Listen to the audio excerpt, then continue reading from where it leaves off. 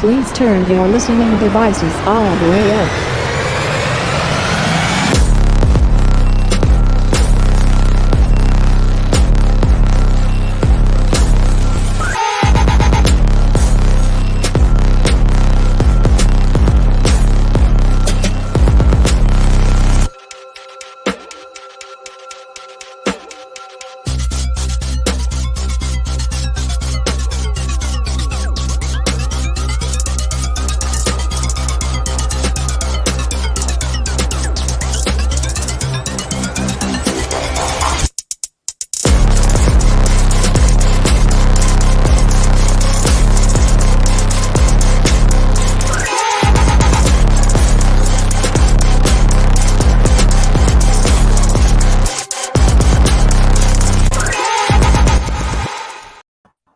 Woo!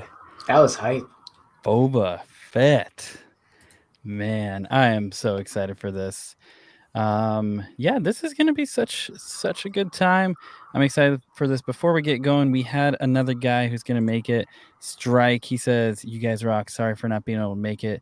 You guys got this, Mr. Two Star Wars nerds. Bringing the heart for Boba. TMoney bringing the EU knowledge and shape shifter. You sexy mother effer. You are simply Boba."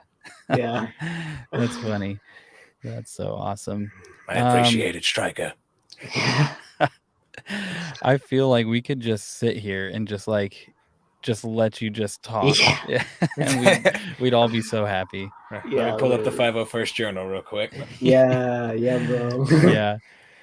Like it was you like Shapeshifter, even before, backstage, you were just like rattling off your Boston and your clone and your more Morrison. I was like, this is so cool. This is so rad. But why don't you guys introduce yourself, plug yourself really quick, and then we'll say what's up and hop right into it. I'm excited. So whoever wants to jump first. Shapeshifter, you can go ahead. There you go. You've been nominated, Shapeshifter. Hi. Hi. I don't know. I've never really done a plug before. Well, how about you say something cool in your favorite accent? I think that's a good plug. If you like Boba and you like Boba Fett content, check out my YouTube channel. That's There so you rad, go. man. Yeah. That's so rad. But yeah, you if you guys don't know, we'll get a link to Shapeshifter. If you don't subscribe to him for some reason, you should be. Blasphemy. He has it pretty much is blasphemy and heresy. You have awesome content. It's so cool. Yeah, for sure. Yeah. Mr. TMoney. What's up? Yeah, I'm here because I did the Anakin live stream, but Boba was actually like one of my favorite characters, like from the start, and definitely my top 5. So yeah, I'm glad to be here, talking some Boba, and with the voice himself, Shapeshifter. But yeah, I run 2 YouTube channels, TMoney Startwell, which is my personal, where it's going to be a variety of content, and then I have Battlefront Themes, which is nearing 1,000 subscribers. Nice. Hoping to get it soon. But there is it goes into short, like 30-second to a minute video of character themes from Star Wars, and I did like 3 of them for Boba, which is actually 3. One from Mandalorian with his classic theme, one with like the new theme from the Mandalorian, and then another one for like Clone Wars version of Boba. But yeah, so that's awesome, man. Yeah. And you have like a ton of content. Like there's so much there, and that's so cool. Yeah. Who is Boba Fett? I don't know. That's what we're trying to figure out on this stream. We heard this name being tossed around, so we figured let's just try and figure out who Boba Fett is. Yeah. But let's say what's up, some people. Matt Risman, hello. What's up, Cooper? What's up, Average? What the misses in the chat? What's up? What's up, Hello. Darth Maximus? Hello, everybody. To get things really started diving in, ever since I was a kid, I've loved Boba Fett. Boba Fett has literally been my favorite character for all of Star Wars, and I've just come to love Boba more and get more excited as the years go by. And this year has poured like fuel onto that fire. And December is going to be insane. I don't even know what to expect. It's I going to be can't so much wait. fun. Yeah, yeah. Yeah. But we have a whole list of things that we want to cover with Boba Fett. And here's the thing about these life and lore streams. It is almost impossible to hit all of a character, and especially when you're looking at books and comments or comics rather, sorry, and movies and TV shows and all of this. And it's there is so much, but we're going to do our best. But really what we want to do is talk about the full scope of Boba Fett and talk about our love for Boba Fett, most importantly. So why don't you guys start off? Maybe TMoney, you can kind of kick it off with, I don't know, kind of just generally Boba Fett to you. Yeah, yeah. So it's interesting. I was really young, so I can't remember it fully, but yeah, Boba Fett and Jango Fett were like two of my favorites simply because of their look, their voice, their weapons, their just everything about them. And I know like also like I used to play Lego Star Wars, and they were so cool in Lego Star Wars. They had the jetpack where you could fly around. You got the bombs to like blow up silver objects, and I think you could even get a rocket with like something else. But they were just like some of the most overpowered characters in that game. And then I would watch the movies, like I'd have them and I'd rewatch them, but sometimes I would like literally just rewatch all the scenes with Boba or Jango. So I'd watch Attack of the Clones a lot, Empire Strikes Back, and then the beginning of Return of the Jedi. And then later I got into comics where he was so much more fleshed out. Like even checking his Wikipedia page, like from Legends, there was just so much more to him than the movies, where he was a little bit more. He only had a couple scenes, but he was still pretty cool. He did his job, but yeah. So he just became like one of my favorite characters. So yeah. That's awesome, man. Yeah, like I found that like there's so much, I don't want to say like the meat of Boba, but the really deep, rich stuff is, I think, in comics. Like I think the movies and shows are like, there's so much good stuff, but then it's like looking more at that, it's like, man, there's so much good stuff. Yeah, it's crazy. I saw Darth Maximus subbed to Shapeshifter. Awesome, man. Awesome. Appreciate it, brother. Good choice. Very cool. Yeah. Hello, X-Wing. How's Hey, it going, X-Wing. man? I heard Yeah. you were working hard. I feel like anytime that I ask what this guy's doing, he's doing some kind of physical labor, just a man's man, for real. Yeah. An interesting point that I just thought of is that like Boba Fett was really like he could be kind of called a background character because he's not like one of the main characters, but like the fact that he had so much backstory in the books and the comics is like really, at least for me, really opened the gateway to like, oh, Star Wars is just more than the movies. Like, Yeah, you have this character that looks cool, but he has so much more backstory to him. And then his look expanded to the Mandalorians and everything with that, to the point where, the Mandalorian show wouldn't be here if we didn't have Boba Fett. And it's just it's crazy just how that character kind of impacted like so much within Star Wars. Yeah, and we're gonna hear from Shapeshifter, but I'm excited to kind of revisit that, just because it's interesting how Boba got his start, and then where he started to become like reintroduced, after the movie. So yeah, I'm excited to talk about that. What's up, Matt Cave? I'm excited for your Matt Cave to be finished. I know it's under construction currently, so I'm excited for that, man. So Shapeshifter, just kind of general Boba. Obviously, your Tamora Morrison voice is insane. So good. But yeah, I like Boba for you, man. Go for it. Well, obviously the Polynesian spa. Nah, but like when I was young, like Star Wars was like a religion in my family. My dad went and saw it when it was in a drive-in movie theater when it first came out. Wow. So, like, I got to see him back when he didn't sound like Tamora Morrison. Yeah. And so yeah, I got I mean, obviously, like, first impression was the armor. He walks out, and you're like, oh, who's that? He's super cool. Mm-hmm. And then, I saw the prequels, fell in love with the clones, how they sound, all that stuff. And obviously that links to Jango and Boba, and tie all that stuff together equals one of my favorite characters of all time. And like I told you behind backstage, when I saw him back in The Mandalorian, I jumped off my couch screaming. Yeah. Yeah, for sure.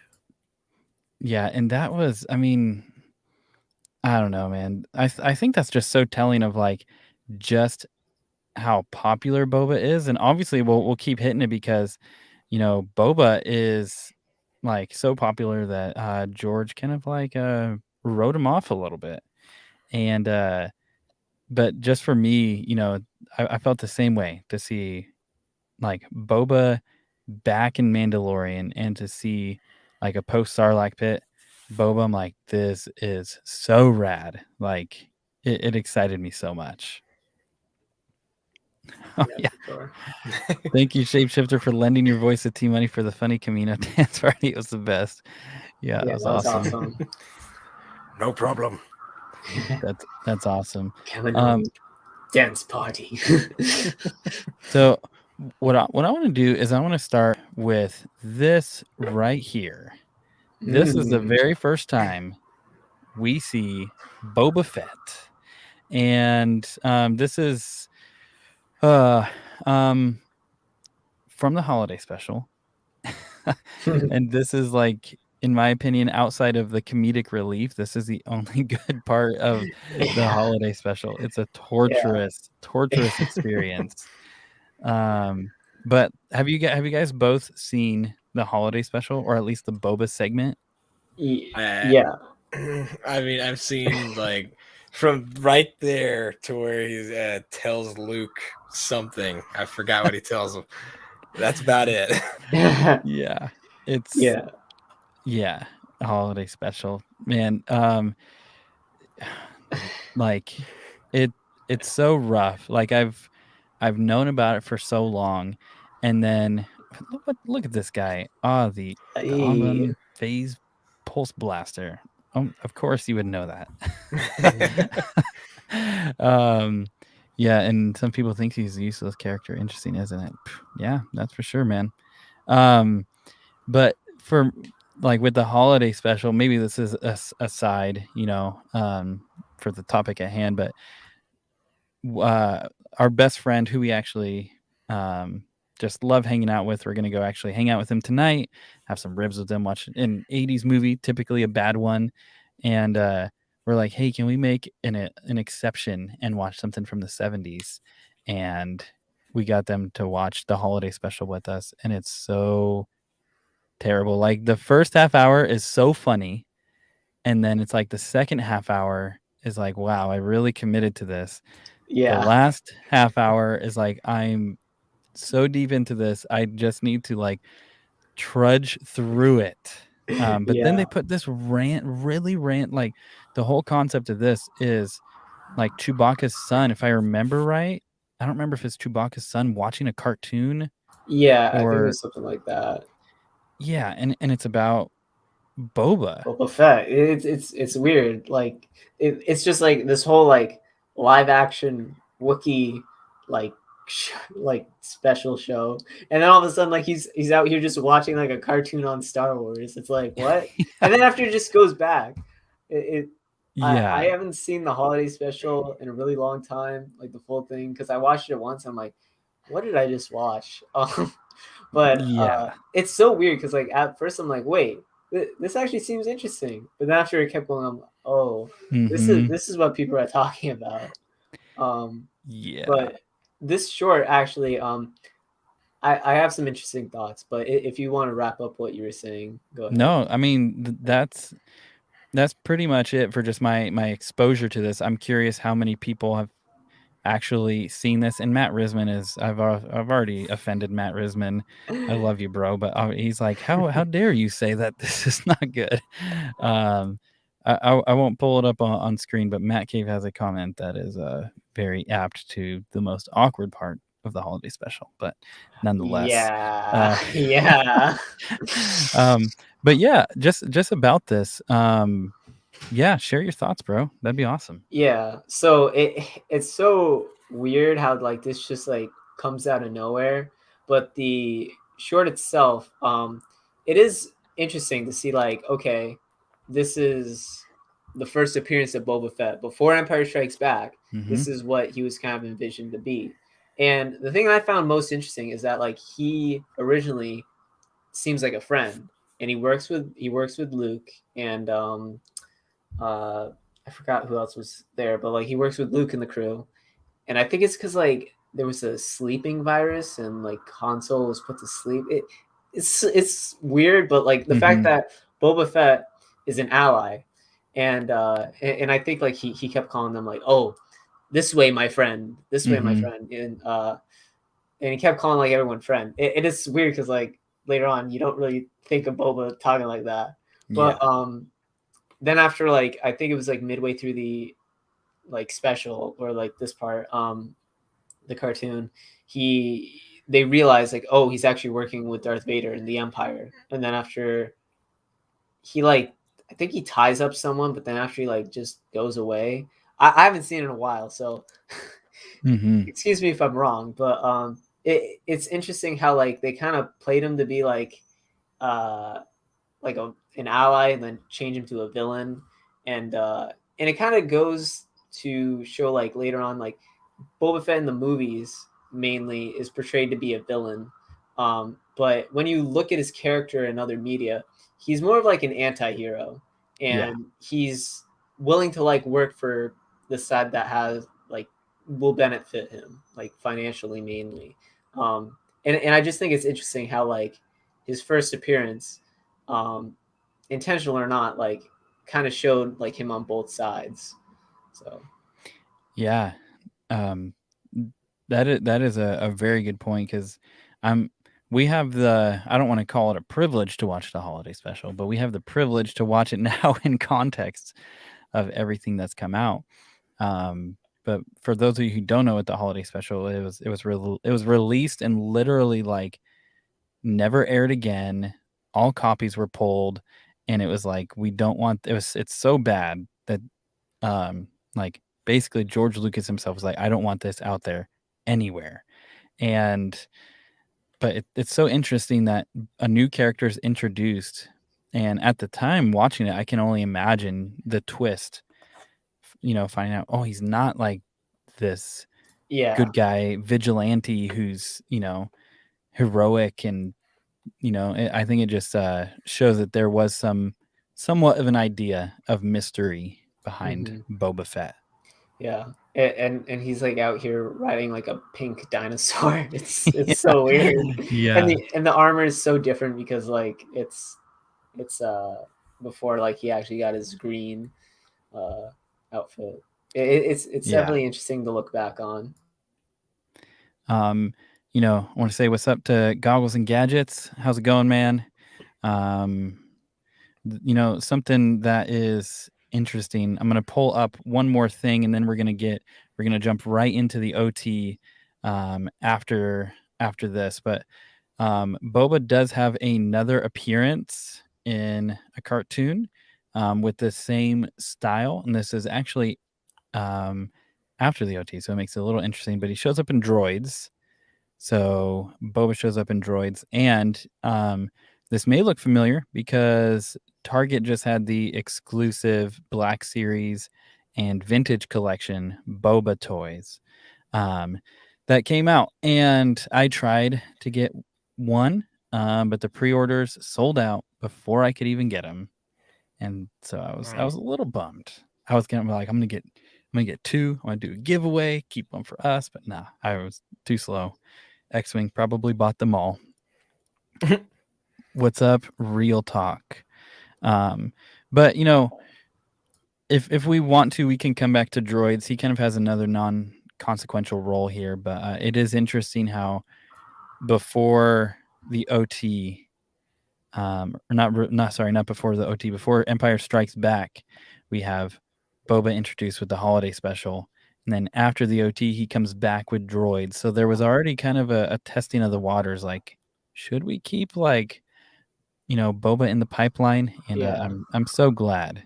Yeah, Mm. I'm glad they did too. Mhm. I didn't watch Droids until like literally the other day when you mentioned it to me. Yeah. So I watched part of the episode. I didn't watch the full thing, but it was also interesting because like he like I think he like had a bounty on like some like evil guys, and then like they said like, oh well, he made like a deal with them, but then after like the deal went south and he ended up like capturing them anyways. So like Mhm. it was still interesting because like he did seem like, oh, again, like, oh, he's gonna work for whoever's the highest bidder, and he like took them and brought them back to Jabba.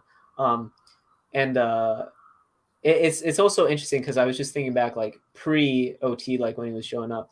They originally planned Boba to be like super commando like of the Empire, and that's why his prototype armor was all white. And but then later they like ended up making him a bounty hunter, which I prefer. I think it's cooler, but it's just interesting like how conceptually like what they were thinking of before they actually like settled in to his character. Oh yeah. Dude, this is so cool. What's up, Diego? Hello and greetings from Colombia. You're new here? Well, welcome, man. Welcome. This is so cool that you're from Colombia. Seriously glad to have you here. Exploring Beyond, what's up? You said, I hope you talk about how he got green armor and not his father's blue armor. Yeah, that may come up today. We'll see. I personally don't know if there's an actual like explanation for it. But yeah, we'll see. TMoney's nodding his head. Yeah, I think I know the answer too. yeah.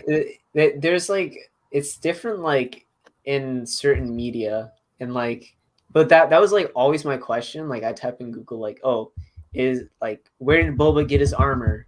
And like there was just different stories. But Shapeshifter, you can talk because I've talked a lot. So Well, I mean, he basically explains it, the Mandalorian. This armor was my father's. Now it is mine. So I guess he just repainted it. There you go. There we go. yeah, in Legends, I think there were like multiple answers because like one of them did say like it was just Django's armor but like repainted, but then you kind of have to think like, wait, Django died and like his head was like in his helmet, so like what did like he literally have to pull out his dead body? No, that's not true. If you watch it, you see the shadow of his head fly out of the helmet. Yeah, but still the body, like if you're gonna get that, like do you have to take out his body? Like that's probably. Oh, that's so. Oh, I feel so bad for him.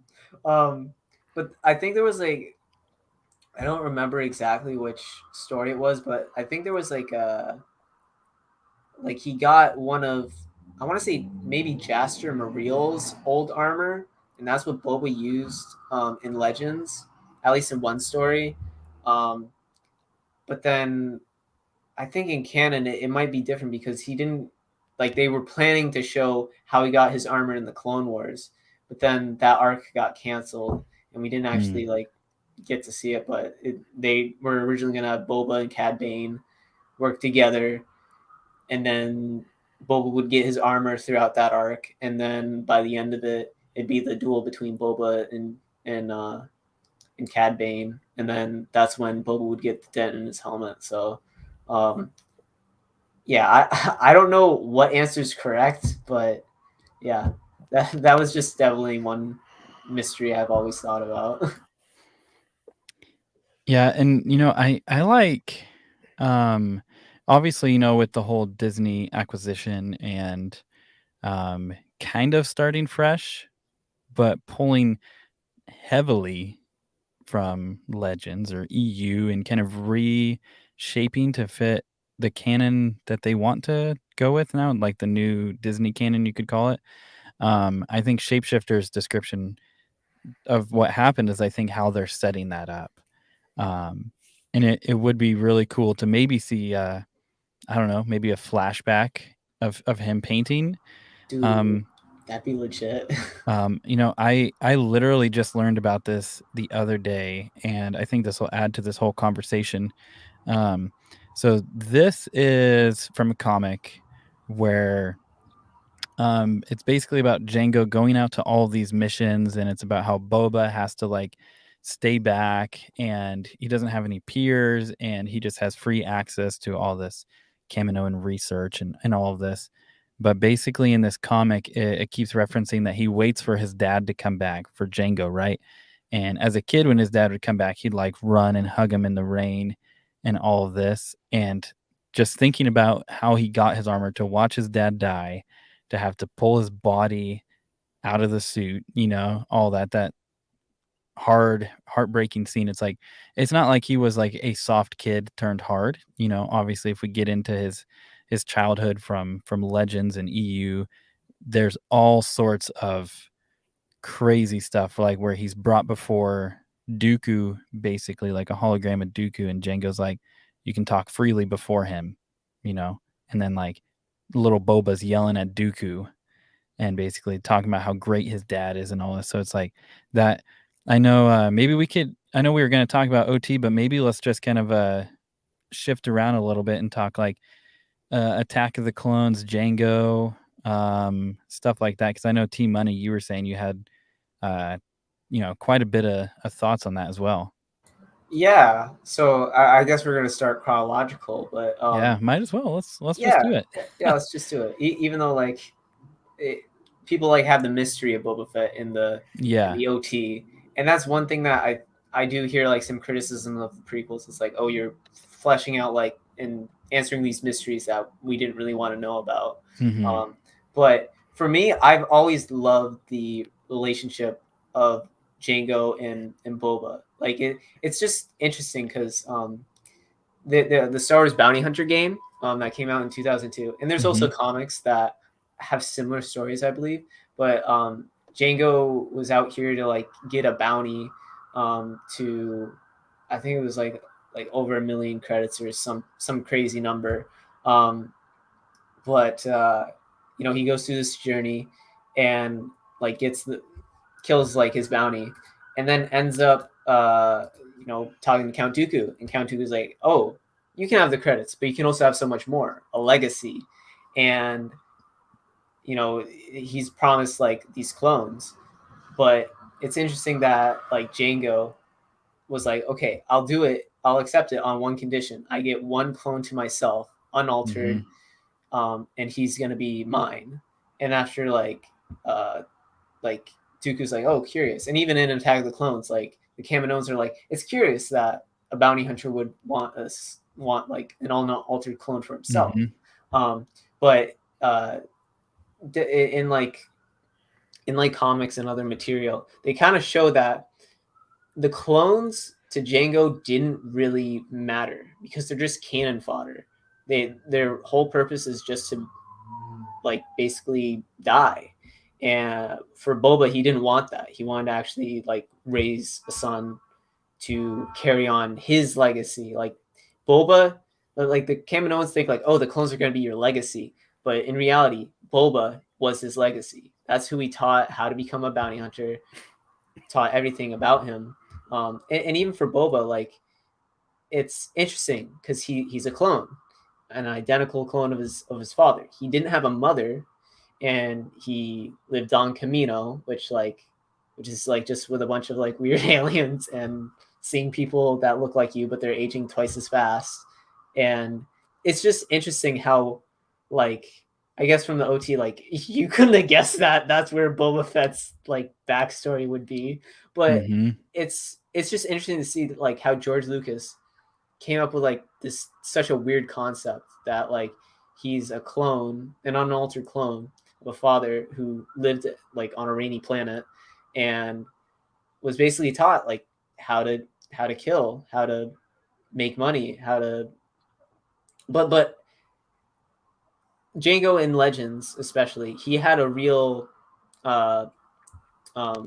moral and code, because he was part of the true Mandalorians in the comics, and there was this like whole division of like Mandalorians, and he really tried to instill his values into Boba, and there was the whole argument of like if Boba and Jango were true Mandalorians, because the Clone Wars kind of changed it, and they did make them, and I'm happy about that. I won't go too far into that because that'll be a later discussion. Yeah. But it's just interesting to see how, like, to Boba, like his father was everything, and then to see Mace Windu like kill him, like he was just from that point on like dead set on revenge, because that was his family. That's all he had, and just to have him gone when I don't recall how old Boba was in Attack of the Clones, but he must have been like 10 or something like that. So, yeah, it's just crazy because he also didn't have a mother that, you know, mother and fathers are completely different, and it's just interesting to see kind of how that backstory translated him to be like the cold, hardened Boba that we see in the OT.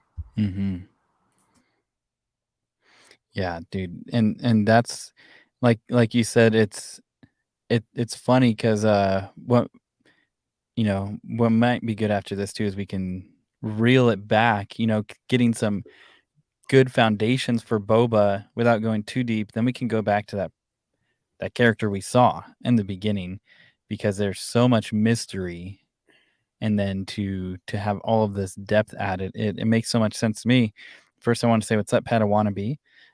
Good to have you here, man. And I like how you said that would have been the line drawn in the sand if Boba pulls his father's body out. I believe this would have changed him in an unrecognizable way from who he was before. All revenge, all the time. Exactly. And yeah, you see he's hell-bent on just honoring his father's legacy, but then it does add some weight with like the way he, I suppose, attacks Jedis, and the way he can be ruthless, just because it's like he saw a Jedi take his father right in front of him. I can't imagine what that's like. I just want to say, the sounds of the city. TMoney is living in Gotham. Pretty much, yeah. Sorry about that. You're all good, man. Where are they? I guess we could kind of segue into the Clone Wars, unless Shapeshifter, do you have any thoughts about Attack of the Clones or Jango and Boba?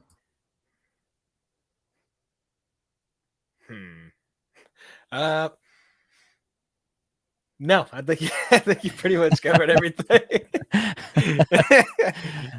Sorry, bro. I don't mean to go too much. No, you're good.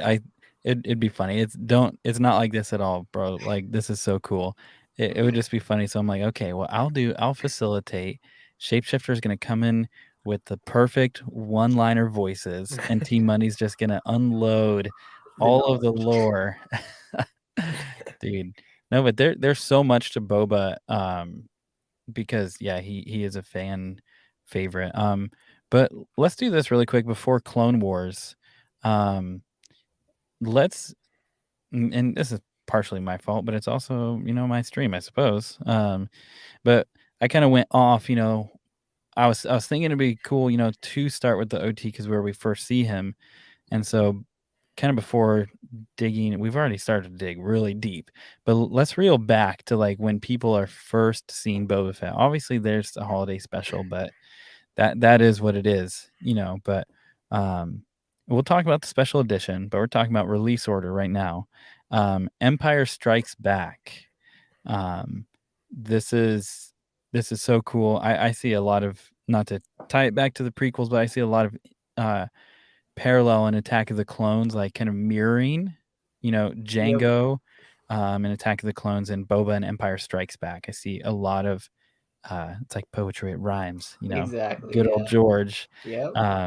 But let's talk about Empire Strikes Back. Shapeshifter, you even want to start with that? I mean, we got all sorts of things. No disintegrations, the mystery there, Han, and the way he fights Luke, Slave One, all that. fun stuff. I mean, no real order other than Boba.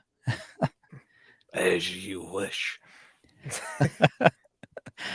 Oh man. No, now we understand it because of the Mando series why he said no disintegrations. Good God. Can you imagine if he nailed that shot with Luke and he was using that rifle? Woo! Oh yeah. Alternate ending. It's like written and directed by George Lucas. It's just over. But yeah, just said that first like lineup of the bounty hunters, like, oh, that guy's cool. That guy, go, who's this guy? Mm-hmm. And then he ends up like when he follows them through the trash when they are hiding on the Star Destroyer. Mm-hmm. It's like, okay, this guy knows what he's doing. He's gonna be trouble. And he ends up being trouble. Yeah.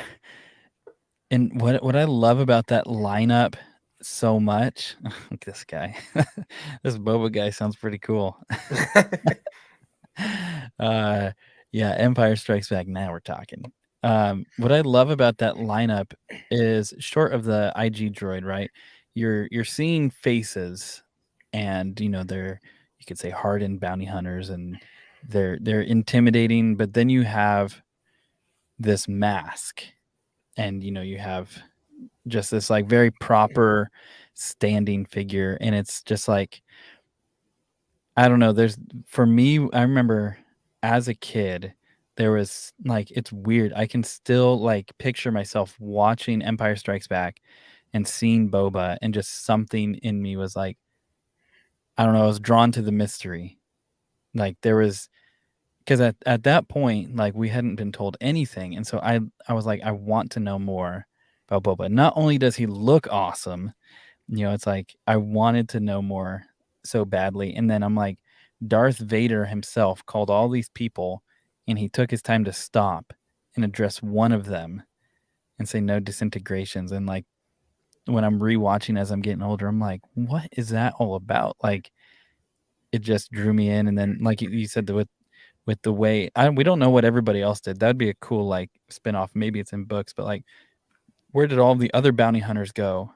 But the fact that then we follow Boba, and just how brilliant he was to capture him, dude. Like, it's so cool. Yeah. I have to say, like, the whole thing, like with him wearing the mask. I remember when I was younger, I was like, what does he look like without the mask? And I would always like Google like Boba Fett unmasked. Like, what does he look like? I need to know this. And then like we saw him like when he's young, but like not him as an adult really, until the Mandalorian, when Tamara Morrison like actually was Boba. But yeah, that whole thing, no disintegrations. And like the other thing too is that in Empire Strikes Back, during the carbonation, Han gets frozen in carbonite. He I think it was like Chewbacca, like he's like throwing stormtroopers like all around, and like Boba's straight up like ready to like shoot, and then like Vader like puts down his gun. And then the other scene where like Lando is arguing with Vader, it's just and then Boba is like, what if he doesn't survive? The fact that like he's kind of questioning Vader, like when everyone else in that film who talks back to Vader gets choked or killed, the fact that Boba is actually like talking back to him and defying some of his orders, and yet he's still like respected by Vader. Like Vader never like starts anything with him. It's just so interesting. It's like this guy seriously has a reputation. If he's able to go like back talk Vader like that, it's pretty interesting for sure. Like just in Empire alone. And dude, like even with I guess the contrast you see, like in A New Hope, I can't ever. I'm really bad with specific names of, I guess we could call them background characters, B characters, but the character at the table, the Imperial officer that Vader chokes, it's like you see where that kind of attitude and disobedience got, right, and Vader made a point. And then just to see him, like, it's such a funny scene to me. Like, it is serious and intense, but to see Vader like lower his gun, like, Yeah, Vader, like, just like hold up, he's just hold up. like, not now, Boba. Like later, Said not no now. disintegrations, damn it. Yeah, yeah. And I mean, and that he lets him live, and he lets him take Han, and just like honoring that agreement and all that. Like, it's interesting, and I definitely would not say that Boba is on an equal playing field as Vader, Yeah, but it's like obviously not. you get this sense of Respect. and it's Yeah. weird, not like they're peers, but he's like, hey, Yeah. you have a job to do, I have a you job. fulfilled this for Yeah. me, we're cool, I'll let you Yeah. go. And it's like, dang, dude, like, you have to be a bad dude for Yeah. that to happen. And then, like, even in Empire Strikes Back, like you were talking about in New Hope when he chokes out someone, but in Empire he straight up like chokes two admirals, and like one from like when he was like in the meditation chamber, and then later when they let the Millennium Falcon get away. The fact that like he's willing to just like dispose these people, like these people worked hard to get their all the way up there, but he's just like willing to kill them. But then you have Boba, and he's like I said, like kind of a respect that like, okay, yeah, you're a bounty hunter, you do your job. And the fact that like it's just Boba's like has that kind of reputation. Yeah. If I may. Yep. One cool question that came up is, what if it was because Boba reminded Vader of Rex? Yeah, I've seen that too. That is something that you just don't think of unless if you hear that question straight up. Because I mean, Rex was on Endor. Yeah, that Wow. too. That's crazy, man. I've never heard that question before. That's exactly how I was like when I first heard it. Dang. That's really good. That's so cool.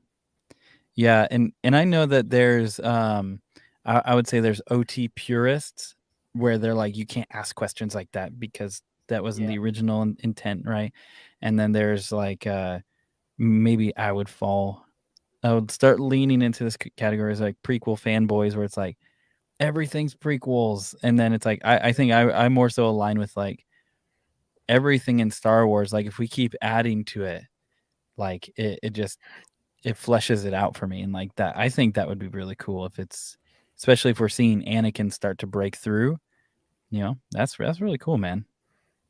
Yeah, for me, it's interesting because there's like people who kind of want things to be like separated. Like, okay, you have Boba in the original trilogy, like don't touch him outside of it because he's perfect as he is.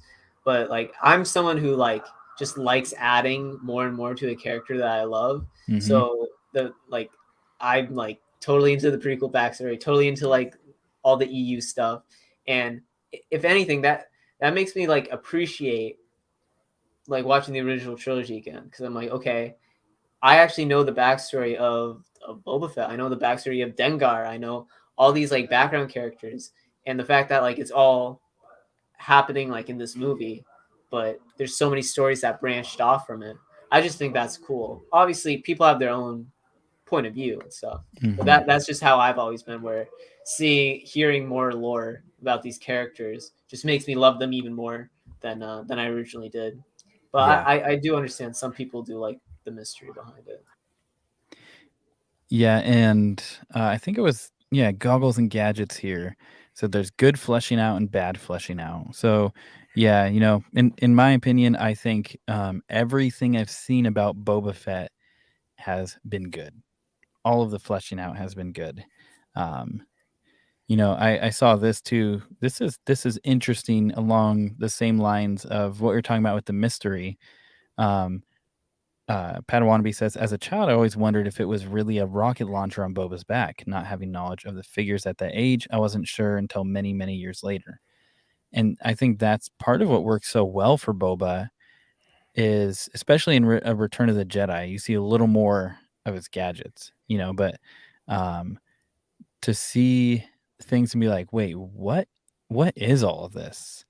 Because obviously it's, you have like just right next to him, you have Bosk, and then you have the droid next to him, you have IG, right? And so it's like, okay, one is obviously an alien species, you have one that is a droid, but then you have this man in this suit, and it's kind of like I don't want to call him like the Batman, but it's like he has all these gadgets, so it's like we're kind of familiar with that trope, but it's like, what do they all do? And I know for me, that's, especially having toys of Boba, man, that was so cool. Na na na na na na na na Boba. Yeah, that was another aspect I love, was just how many gadgets and weapons he had. It's like he's just got everything for any situation. Mm-hmm. This was interesting. I don't remember who brought this up, but somebody I don't remember if it was another stream or the Discord or whatever, but they were talking about how, maybe it was Strike actually, but they were talking about how Boba was taking shots at Luke in that hallway in Cloud City, and how he was like super, super close and accurate, like hit the corner of right where Luke was. And so for that scene, in Empire Strikes Back, before we move on to Return of the Jedi, when we have that whole scene of, obviously there's Luke's whole story of chasing after them when he shouldn't have, but then from Boba's point of view, he's like, hey, the job's done, all of this, and he has this guy chasing after him,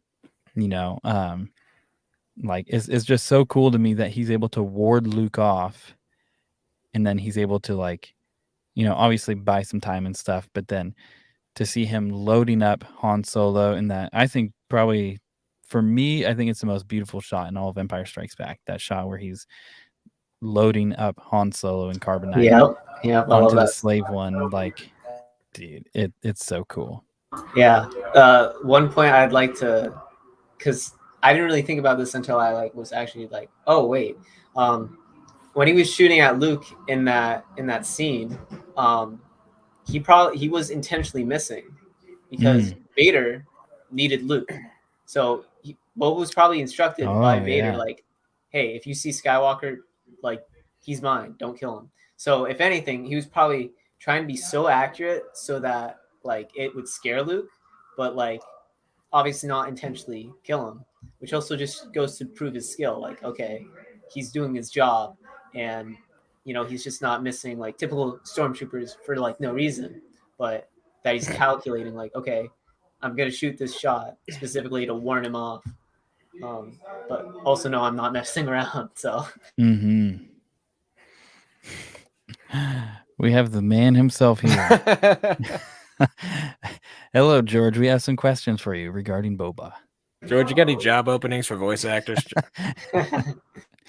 Oh man, you could be Tamora Morrison's understudy, and just whenever he's feeling a little tired, you can just do some voice work for him. I've been in character for months now. Oh man, that's awesome. I wanted to address something. It's off topic, and I'll just say it for a few seconds. I see you asking some things, Diego. We're just focusing on Boba right now. But you said there's going to be a series about Darth Vader.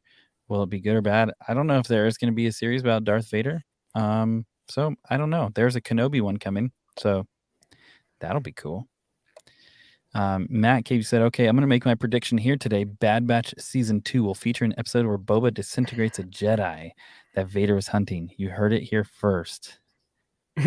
I was really hoping he was going to show up in Bad Batch Season 1. He got a name drop, but yeah, I would love to see him in Season 2. That'd be awesome. That'd be hilarious. That'd be an inside joke then. No disintegration. Yeah. Like, you stole my kill. Yeah.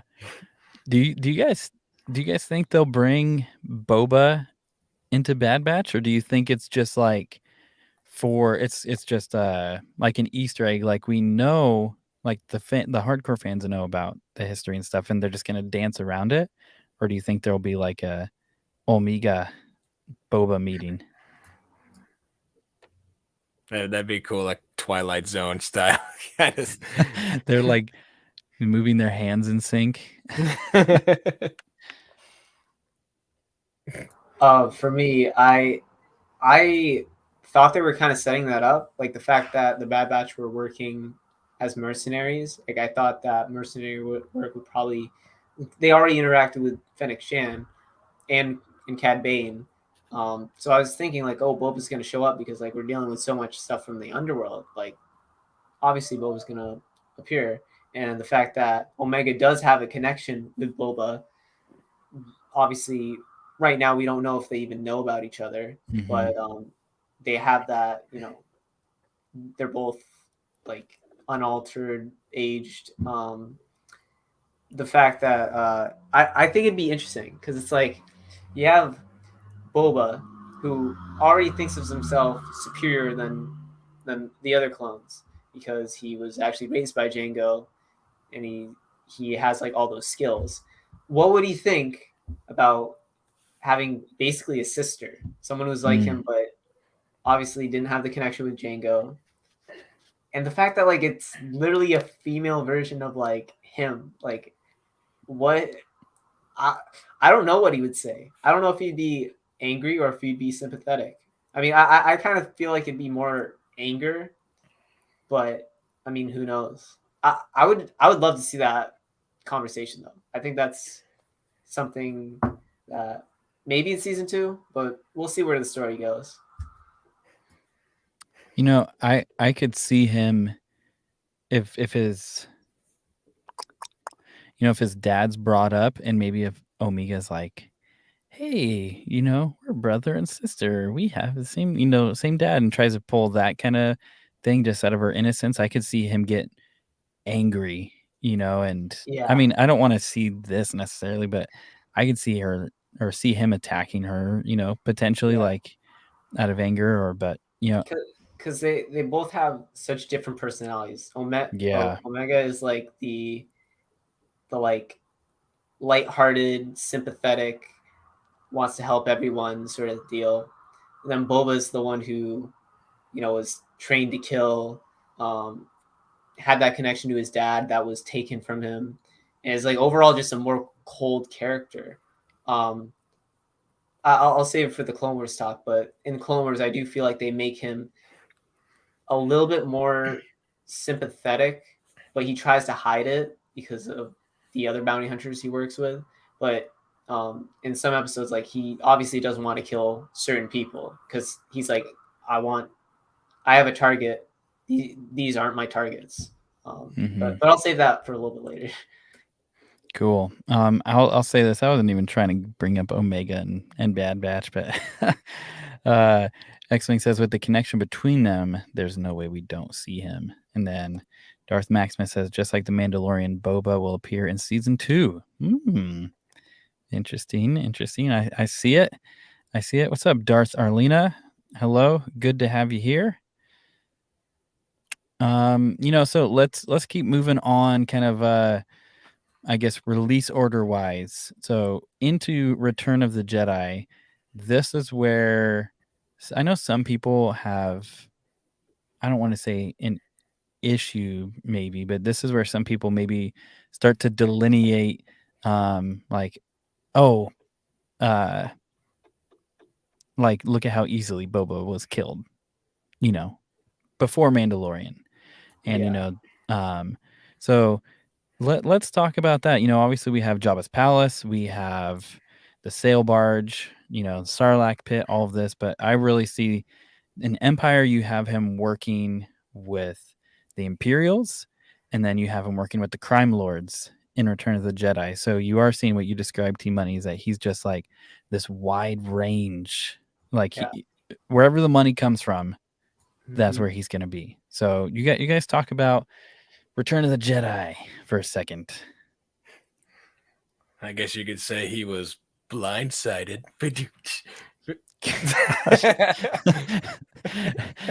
I have this feeling for like however many hours you've had like the invite been in the group, you're like, ooh, this is a great joke. Ooh. They're so spot on and so good, man. Believe it or not, I think of these on the spot. Dude, even better. But yeah, I mean, I guess that was where a lot of people kind of like lost a little bit of like, really? That's Boba? Mhm. That's how it goes out? Because I mean, most of the movie, he's kind of just like either lingering in the background or just standing there. You know, and every opportunity he had to shoot Luke got thwarted in some corny kind of way. Mm-hmm. And then just to get eaten by a giant thing. What just happened, TMoney? It's getting dark out, so I need to put on lights. And okay. there's no actual lights in my room, so I have to use LED strips. But I'm gonna turn it down a little bit. I was waiting to hear FBI open up. Somebody busts through the window on a rappel. I hope not. This is my dorm building. If they're targeting me, that's not a good sign. We heard what you said about Boba. He knows too much. All right, I'll keep it at green for Boba. And we have a guest. Oh, hey, what's up, Mr. X-Wing. Hello, friends. Hey, are you getting a double feedback from me? Because I'm going through a different thing. No, you sound great. No. Okay, good. All right, glad you're not hearing that. The helmet collector himself. Mm-hmm. Sorry, I'm dirty right now. I love how whatever themed stream you're on, you always have the right background. You're like, ooh, I can switch this out. It's awesome, man. Got to keep the vibe. Mm-hmm. Yeah. I'm disgusting right now, so I apologize for my appearance. This is my yard work look. Let's see. Let's inspect you really quick. No, you're good. You're good, man. You show the hard working side of America. Yeah, brother. Seriously though, whenever I text you, you're like, "Oh yeah, I'm doing this project. Oh yeah, I'm doing this," or you send me some video of you with sparks flying all over the place, and I'm like, I'm just sitting on my couch. We're just having fun. I'm actually not doing anything. I just like take random videos of me like chopping fences down and just like, oh, I'll send this to Mr. Nerds. It's all for show. Yeah. Yeah, it's working. This has been an awesome stream, by the way, guys. Like I've enjoyed the heck of watching out of this. Awesome. Yeah. We've only scratched the surface. Like I know. We're only on Return of the Jedi. Yeah. So I'll try and make my point pretty quick. But it was interesting seeing him in Return of the Jedi because it's like we see him in a little bit of action in Empire Strikes Back, but this one, like, you're actually seeing him like fight and shoot people. But he does kind of go out like a punk, and that's like where most people who claim Boba is overrated, they point at that scene, and it is a little bit discouraging because it's like you got these comics and like EU material where he's just completely badass, but then in the movie he gets knocked out by a blind guy with a stick, and it's for me. And I think even like George said, like, yeah, I probably should have done like a better way of like ending that character if I did want him to die. But yeah, so for me, I always wanted more Boba, and in Legends, like, he did survive. I think he got out of the Sarlacc like multiple times. Like his Legends story is like kind of crazy, but in canon they didn't have like when they wiped away that, I'm like, no. All my Boba stories, does he survive the Sarlacc and stuff? I think we got like the hint that his armor survived in the Aftermath novel, but beyond that, from like what 2013 or something, all the way to like 2020, we didn't know what happened to Boba, and it completely like messed with me because it's like, this is my favorite character. I don't want him to go out like this, you know? Yeah. I will say the wait was worth it, but Return of the Jedi, it did kind of do him a little bit dirty compared to other material. Mm-hmm. And is it like verified rumor about the whole? Because I've always just heard and understood that George. I mean, I guess we could ask the man himself. But I've just always understood that George wasn't. He wanted him to stay a background character, and he wasn't particularly happy with how popular he was getting, and he was detracting, in his opinion, from Luke and Han in the main story. And so that's why he was he's like, I'm the maker. I'm going to throw him into the pit. Yeah, I mean, it makes sense. He's trying to tell this hero's journey, and everybody's like, "Screw Luke! I want the guy who's Boba. jetpack." Yeah, that was the thing, is that I believe he said since he wasn't a hero, he just like Boba wasn't a good guy in terms of the original trilogy, so he just wanted him like gone. I'm not sure if it was George Lucas or if it was like someone else in the production, but like I know there were definitely people who were like, yeah, Boba could have had a better death. But yeah, I don't know specifically. I'd have to look it up, but I don't know. I don't really want to look it up right now.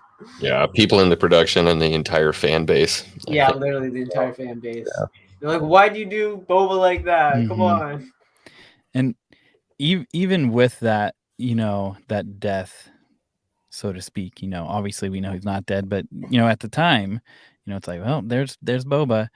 The way I came to terms with it, and the way I was just like, okay, I'm gonna make Boba not have that kind of a death. It kind of just showed the reality of Star Wars is that like there's nobody who's just so overpowered. It's like they're impervious to random things. And yeah, it's kind of lame, and even having him kind of yelp when he hits the sail barge and stuff. And but it's, for me at least, it added some kind of realism to where it's like, okay, even somebody like Boba can have like a bad hand dealt to him.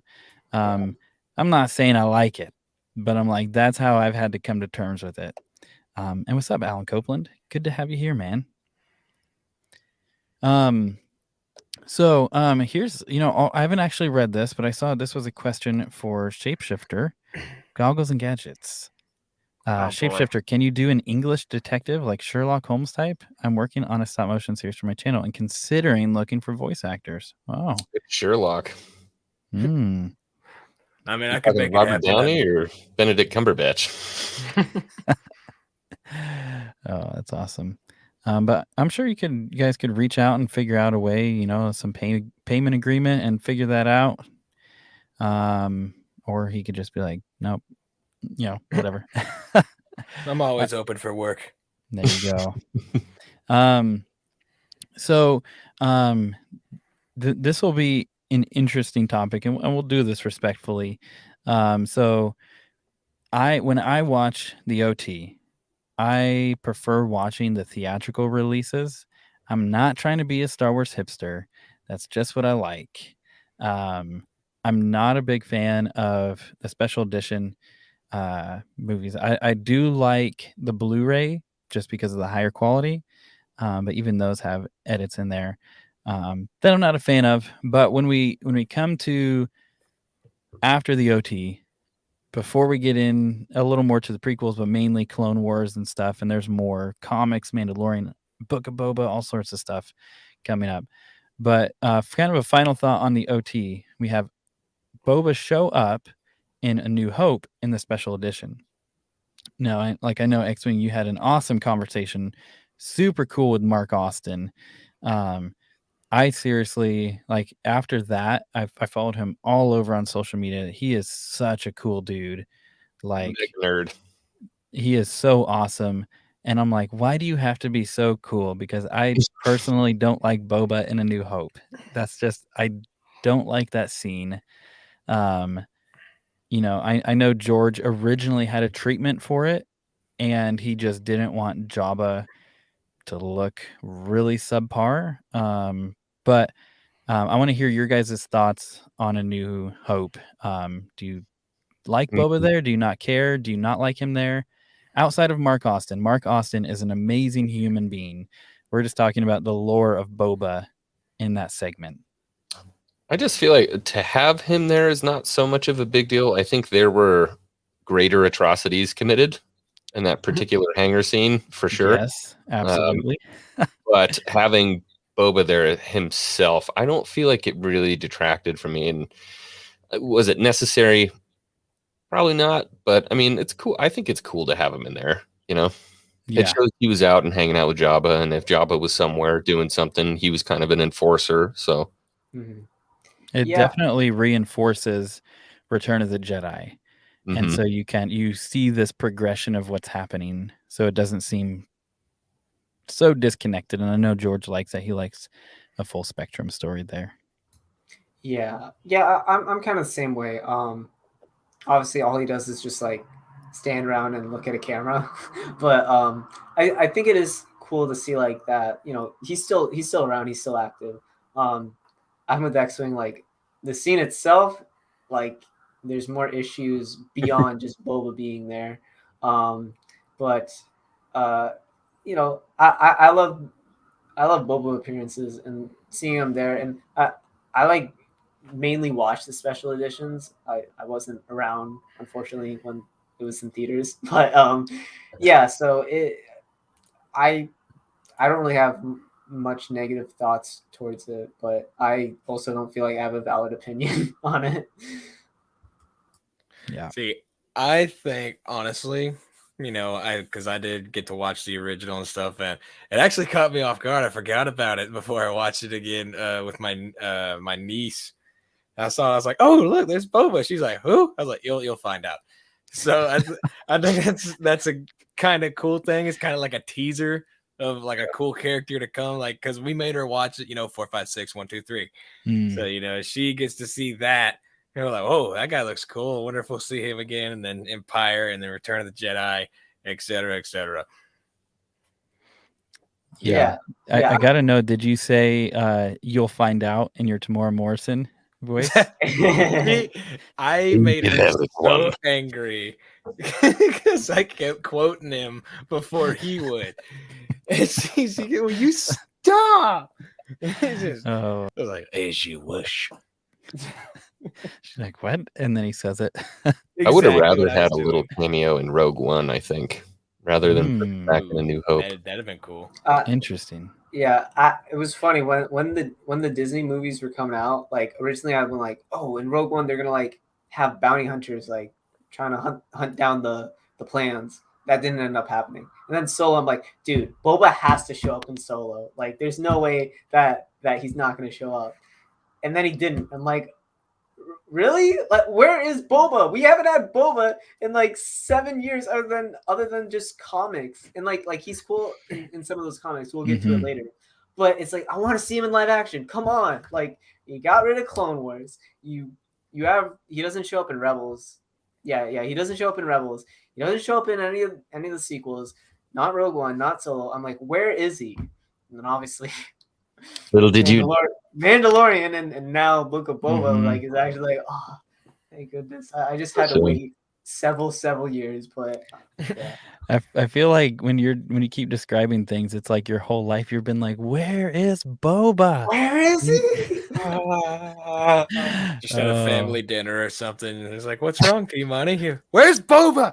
Where's Boba? He's not in the Force Awakens. He's not in Rogue One. He's not in Solo. Where is he?" Sir, this is a Wendy's. They're like, "We're just telling you we're closing in 10 minutes. I go to a boba tea shop and I'm like, "Oh, by Boba myself. Fett. All right, where is he? You guys are literally like, you got Boba in your in the name. Where is he?" Have you guys talked about anything for November 12th? Like what we're gonna see, or any ideas about that? No, we haven't touched it at all, but we actually could do that. Just kind of, I think that's actually a good segue, because I think when we're talking about all these places he could have showed up, I think they're very smart, and they knew about Book of Boba, at least in terms of marketing. Maybe that was like an over compliment, for Disney, but I think they know about Boba hype, and it's easier. I'm gonna give them benefit of the doubt. I think it's easier for them to keep Boba out of the spotlight a little bit for Mandalorian and for Book of Boba. Just because it seems like whenever Boba pops up, people get super excited. Yeah. And I wouldn't say it's unlike anything else, but I mean, it's up there for sure. But so November 12th, that's the Disney Plus day, right? Do you guys think there's going to be a trailer for Boba? It'd be the day to do it, right? Yeah. I mean, if they're doing a Boba Fett special, I would I would be Yeah. very surprised if, after the credits roll, I mean, like, I hate to say that they're taking a page from Marvel, but it seems to be that that's what they're doing. Mhm. At the end of the credits, you hear that da-da, da-da, da-da, and we get a Boba Fett trailer. Mhm. Yeah, I was gonna say they said that they're gonna be releasing a special of Boba, correct? Yeah. Okay. Yeah. Do we know like what that's gonna entail? Is it like It's is supposed it to be a character special. So they're going to talk about Boba Fett and stuff like that. And I know we were talking about, nerds and we were talking about, are they going to bring like Jaster Mareel in? Are they going to, when I'm talking about Mando season 3, Book of Boba, I think they're probably going to do more of that in the special just to kind of set up Book of Boba, and they're not going to waste time in Book of Boba actually talking about it. that'd be awesome. Like recapping a lot of the lore that I guess most normies like don't know about. Right. That'd be cool. And he's canon now, TMoney. Yeah, I know. Canon now. I was talking about earlier about the bounty hunter game. I didn't mention it, but yeah, Jaster Mareel was. Wait, I think I did. I think there's a. Never mind. Anyways, Jaster Mareel is. So many things are like going on in my head at once. Jaster Mareel is the mentor, adoptive father of Django, and it's just so cool to see that was like actually in the Mandalorian, like showing like, okay, not only do these guys like love Boba, they love like everything, like all these backstories that like you wouldn't think most people know about, but it's like, oh, and that's deep. It is like, deep lore. You have to be serious to know that, or at least do serious research and care enough to put it in your show. Like, exactly. Yeah, this is interesting. I know it's a few minutes late, but Boba could show up in Andor. I'm so hyped on Andor, dude. Yeah, so hyped on Andor. I think anybody who loves the original trilogy should be hyped on Andor. I'm a little I don't want to say indifferent, but I'm not like crazy excited for it, but I'm ready for it. I'm not excited about Andor the character. I'm excited about being in that time period. Yeah, for sure. I see that. One thing I'll just quickly say, because it was a little bit earlier, but I was gonna say, even though I did want Boba to appear in like these other things, I am very, very happy and satisfied that they did him justice on screen and wait for that, because like it would have been awesome to see him appear in Solo. It would have been awesome to like see a comic like or a novel like showing that, but to actually see that in live action, that was well paid off. It's I'm very satisfied. Like, yeah, it would have been cool to see him in other things, but like it did not. It wasn't gonna have the same impact that Mando season 2 had. So yeah, I'm glad that they did wait. For sure. I saw this, and then we'll start jumping into Clone Wars. This is funny. Padawannabe says, "Try waiting 30+ years. That's pain." I have been my entire life. They're like, "Try waiting 30 years." I'm like, I have been. It's my whole life. I've been waiting for this. From the womb, I've been waiting for this moment.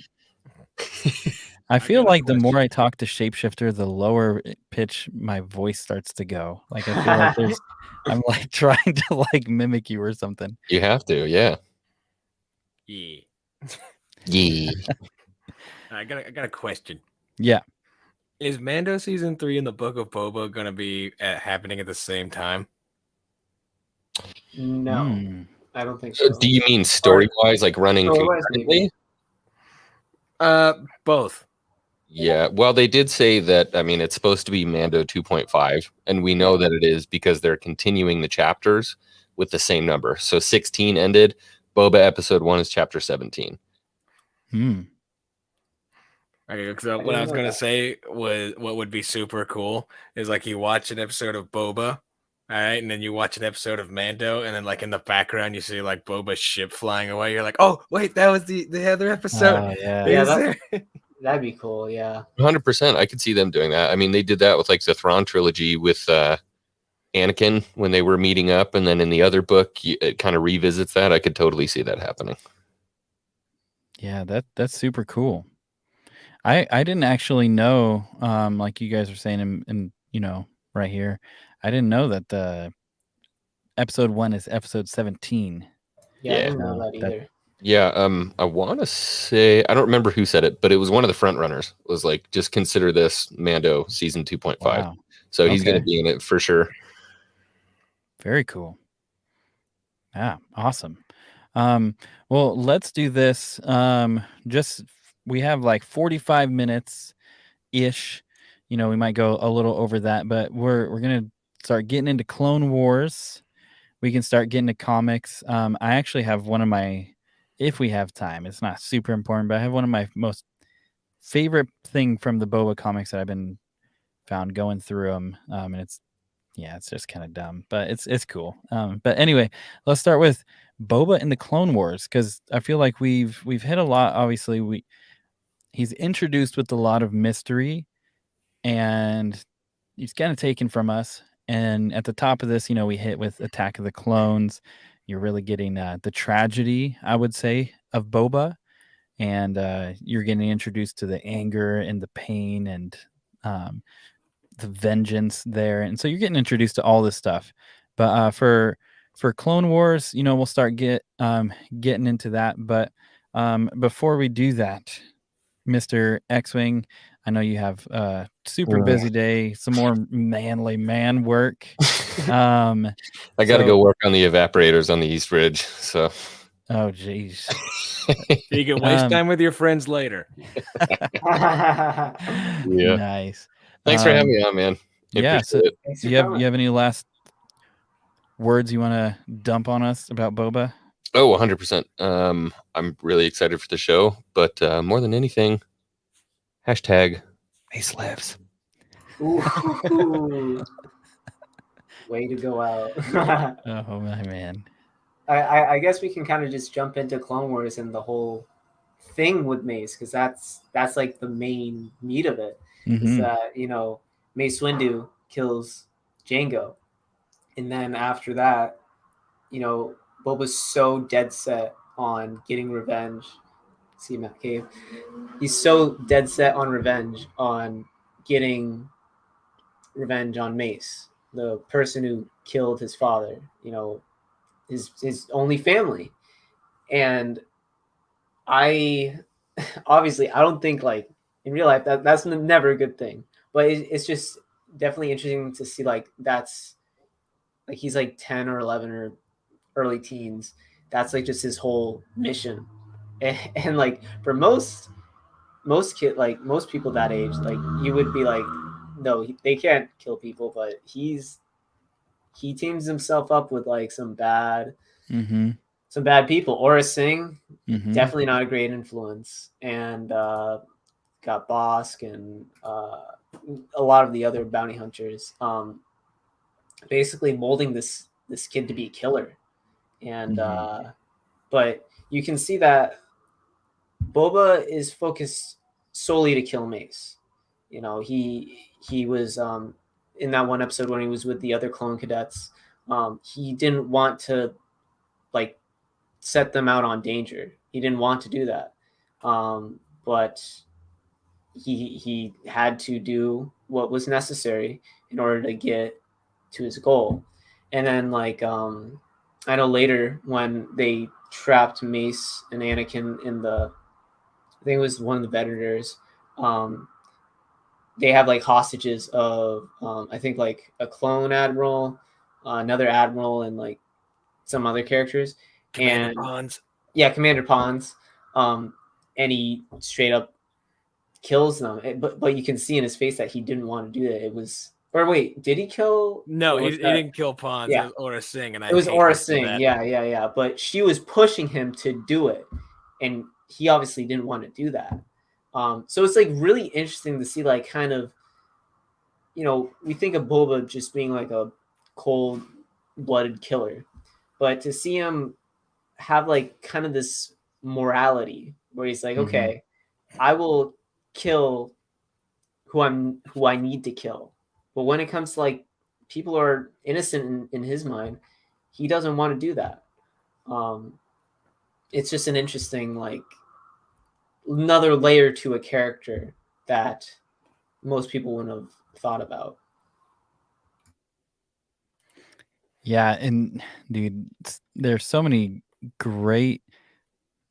I don't know what I want to call it. Like, there's so much great backstory, I suppose, for Boba. Like seeing him develop, and like what is so fascinating to me is you see just how, like you said, being paired up with Aura Singh, and it's like, man, that's ruthless. And then to get to the point too where it's like he's so smart with the whole idea. It's like we can blend in, with the other clone cadets and things like this. Like I love seeing stuff like that, and it's I don't know, it's just so cool, and I love that it's a part of the Clone Wars as well. That they were able to flesh out his story, a little bit more there. We'll go with Clone Wars a little bit, but I want to say what's up to Darth Mandalorian. What is up? What's up, Gold Package? That handsome guy that just left brought up a good point about Mace. He did, yeah, he did. He was very handsome as well. So what would you guys say your favorite moments, or maybe you could say like the most definitive moments for Boba in the Clone Wars are? Like for you, if you had to whittle it even down to a few or whatever, like what do you guys think about that? How apparently the death of his father forced him to undergo puberty. Oh man, that's so true. Yeah. I mean, I think we get a lot of cool action moments with him. Obviously, like not to the amount of like him when he's older. But I think definitely the character of him, I think resonated more with me in the Clone Wars. And there's one particular scene in Clone Wars that always gets me, is that they go and they arrest Boba. I think it's like the season 2 finale. They arrest Boba and the other bounty hunters. And he has a conversation with Mace, and he says I realize that I've done terrible things, but you're the one who started it. You killed my father. And then he says, I'll never forgive you. Then Mace just straight up says back, like, you're going to have to. And it's just like, it just shows kind of the like how Jedi kind of think they're superior and don't care about others' emotions. Like Boba's literally such a young, like a young kid who lost his father and deserves sympathy. Like that, like he's recovering from a tragic loss, and yeah, like Mace is just like, oh, you just kind of have to deal with it. Like it's not healthy for him, and I think it shows kind of like why he ends up being more ruthless later. So yeah, that's just like I like the character behind Boba in the Clone Wars. Yeah, dude, absolutely. And there's so much with Boba. It's crazy to think about this. Like for me, I'm just trying to think of like when I think of Boba, I would say my favorite Boba is probably OT Boba, but then closely followed by like Mandalorian Boba. Mm-hmm. And obviously there's Clone Wars and comics and things of that nature, but like it's for Clone Wars, it's so crazy to go back and to see that in between, because it's like we have Jango dead, and we have Empire Strikes Back, and there's like, if you're just looking at TV shows and movies, there's not a whole lot of in between. And so I love that they're fleshing that out, and they are just showing, here's his motives, here's his prerogative. And yeah, you just see the single mind focus, and it's crazy to see like a teenager running a crime organization. It's totally unreal, man. I think all the clones of the Jedi Cruiser wouldn't call it impressive, but Yeah. Yeah. TMoney, do you have any final thoughts on Clone Wars before we go into the comics? The comics is an area I'm excited for. That's something personally I'm going into more, and I know you spent quite a bit of time in comics, but for Yeah. Clone Wars, any other talking points you want to hit with that? I do think a lot of people may say that Clone Wars Boba is just an annoying little kid, and I don't personally gather that. I can understand, but I just think there's a lot more to it. And I also feel like it was incompleted because they were definitely setting him up more prominent in the later seasons to interact with Cad Bane and these other bounty hunters. So I feel like it was an incomplete story. But you know, I obviously like you said, I prefer OT, Mandalorian, and comics by far. Boba compared to like when he's younger, but I also think it's a little bit underestimated. I think it definitely can add layers, and I'm very curious what the Book of Boba will actually do if they're going to incorporate any connections to what happens in Clone Wars to kind of make that stuff more important now. We'll see though. Yeah, absolutely. So comics. This is something I'm excited for because I think there's a lot of great stuff in the comics. I personally, I'm seeing if I can pull up the picture right now. I have it's just a stupid little thing. This is I'm gonna pull this up. This is sweet. So I'm a part of this Discord where they go over a ton of stuff with the EU and they share all sorts of crazy things. Um, oh geez, the picture's freaking tiny. Okay, let me share this picture. This is maybe not my favorite, but this is one of my favorite parts of Boba in the comics.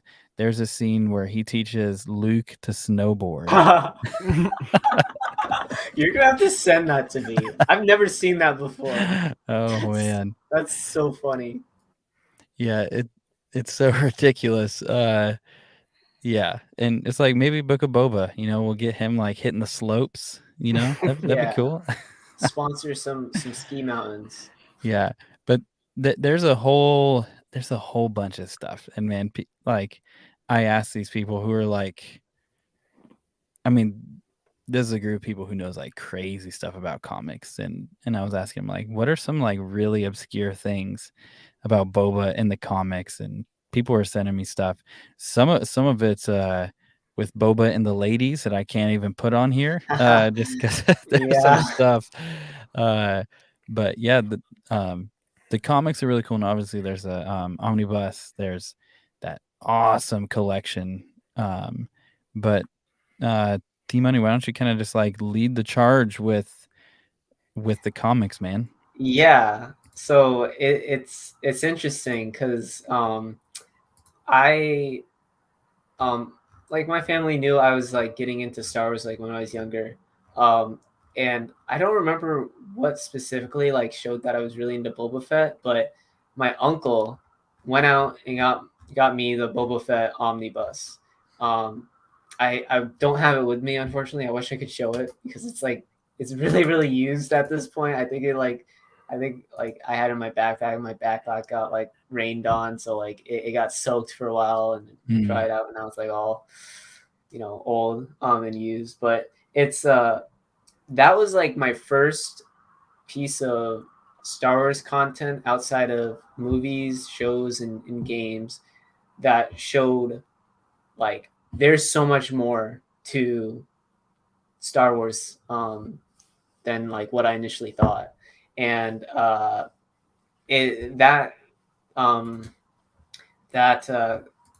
collection itself has just so many different stories. Like there's one between episode 3 and 4 where like Boba and Vader are fighting over like a Medusa head. It's like crazy stuff. There's another one where he's working with I think Lando, Han, Chewbacca, and like some others, where kind of like from the beginning of the stream, we were talking about like how he originally came off as a friend, but then ended up like betraying them. It's just interesting to see like, okay, in this comic, he's actually like kind of working for like the rebellion or like the rebels, and the fact that like he's just kind of doing what you know, what's his best interest, like where he's going to get paid. There were a lot of other comics that some of them were pretty obscure and I don't remember as well. But my favorite by far was I think it was called the Twin Engines of Destruction, something like that. Yeah. And it was post Return of the Jedi. So he survived the Sarlacc pit. And there was a imposter, Jodo Cast, who had very similar armor to Boba. I think it was yellow instead of like it was green and yellow instead of green and red. Yeah. But like he was basically claiming that he was Boba Fett so that he would get like more bounties. And it's so interesting to see like just how Boba like was disrespected by that, and he like came in to take that guy out. It was also interesting because that comic, he was working with Dengar, and while I haven't read some other material, I know that Dengar and Boba were pretty close, and that Dengar had Boba Fett be his best man at his wedding. and I'm pretty sure in Legends it was Dengar who actually helped Boba. Like he rescued Boba from the Sarlacc pit. So it's just funny to kind of think of like Boba and Dengar like being homies and like just like working together all the time. But yeah, that comic was just super interesting to see, like basically Boba Fett, the real Boba Fett versus the imposter Boba Fett. And the thing that I found interesting was that the Mandalorian had a character, Cobb Vanth, who originally showed up in the Aftermath trilogy, which is like so crazy because like that's like an obscure canon character from a book, but they actually used him, placed him in the Mandalorian, and like just it was so cool to see something like that small actually make it to the big screen and be kind of an important thing. Like that's Boba Fett's armor, and that leads all the way to like episode 6 of season 2, where like he actually comes in and all that. So it's the thing that's interesting though is that like I'm surprised, like because Mando takes place 5 years after Return of the Jedi, and that Cobb Vanth had his armor for like that many years. Like, what's the deal? Like, how, like, was he all right with him? Did he not know where his armor was? Like, what? I want to know that story. Like, why was he on Tatooine for like 5 years? And hopefully we're gonna see it in Book of Boba. But the fact that like Boba's now back on Tatooine, Cobb Vanth's still around. So are we gonna see those two like actually interact? We'll see. But yeah, it's just interesting how like a comic I used to like read as a kid, like vaguely is tying into like stuff we're seeing on screen. Like obviously Jodo Cast is a much different character than Cobb Vanth. But it's just really cool to like, wow, like I've been waiting for this moment basically. There's so much more to the comics, but sorry. You're all good, man. It's just so funny because the shapeshifter was doing a Boston accent, before the stream, and then you're like, "Oh yeah, I'm in Boston," and I feel like such an idiot because this whole time I've been like shapeshifter VA, and like maybe he's from Virginia. I don't know. And I just realized voice actor. This. Ta-da! Yeah, my gosh. This whole time I'm like, that's interesting. Okay, whatever floats the boat. Yeah, I finally caught up. I want to get into Jodo Cast. I want to say what's up to Levi. Awesome, man. Thanks. So glad you're here. And then I saw the man himself, Aiden. What's up, brother? How's it going? Where's Strike? Is he safe? Is he all right? Yeah, he is moving. And I mean, the man doesn't sleep, and I have no idea what time it is in Germany. I think it's like 11 or midnight or almost 1 a.m. or something. And so he moves in the morning, so he wasn't able to make it. Yeah, never thought we would see Cobb in screen. Yeah, so that's pretty cool. And I'm so glad you brought up Johto cast, man. Yeah, So cool. you should. Oh wait. Oh, you literally Yeah. already pulled up the picture I was gonna send you. That's Yeah. funny. Yeah, man. I was like, oh, I'm so glad you talked about this. Yeah. Yeah, for those who don't know, we did make a short on this. It does not do the comic justice, and it does not cover everything. But this is like such a cool scene because TMoney did a really great description of this, and you can obviously see how you could be like, yeah, that's Boba, right? There's some color differences and some insignia differences and all of this, but the whole point was to get some more credits, for Johto Cast to make as much money as possible and trying to go off of the reputation of Boba Fett. And it is so interesting about this because even the way the end of the story goes, I don't want to necessarily spoil it if anybody wants to read it for themselves, but just there's a final fight kind of between Boba and Johto, and the way it plays out is super, super cool. Oh, check this out. Funny thing is I watched the short while waiting for you guys to go live. Awesome. Very cool. Yeah, and it is a really cool comic. But it brings up a really good point as well with Mandalorian, because with them writing the character of Cobb Vanth, and I think TMoney, you said it pretty aptly. It's a type of Johto cast, Yeah. but the ending is different, and Mhm. obviously we see. I don't know. I don't want to say Boba's different. In a moment we could go to Mandalorian. But and maybe this will be the segue with Mandalorian. I guess, are we seeing? I don't want to say a softer Boba, but a more friendly and open Boba. Because like this story in the comics plays out classic Boba to me. Yeah. Classic Boba, and it's just like the Western gunslinger. Anti-hero that you were talking about, TMoney, just like that pure bounty hunter takes out someone. But then you have Cobb Vanth, and I mean, I'm surprised that he just didn't kill him dead. Yeah. Yeah, I'm surprised too. Although I do have to say this, the difference between someone like Johto and someone like Cobb is that Johto was he was basically acting like he was using Boba's reputation to up his own. And Boba, like his reputation is based on an extension of his father's. And that's why it's like so important to him. Mm-hmm. When you look at Cobb Vanth, he did use the armor, and obviously I don't think Boba would take that kindly. But Cobb used it to protect his to protect his town, to protect his people, doing it for a more noble cause. And not he didn't even know like it was Boba Fett's armor, which I'm a little bit surprised. Maybe he just didn't make his way to Mos Eisley, I guess. But Yeah. Yeah. So Cobb like used it for I guess a more honorable way, but I still don't see how like Boba would like kind of let that go.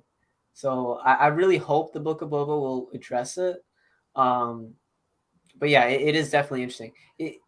You were talking about how he could have softened up a little bit, not Mm-hmm. fully, but a little bit. I kind of could see that if like when you're put through a near death experience, like that's going to kind of change your outlook on things.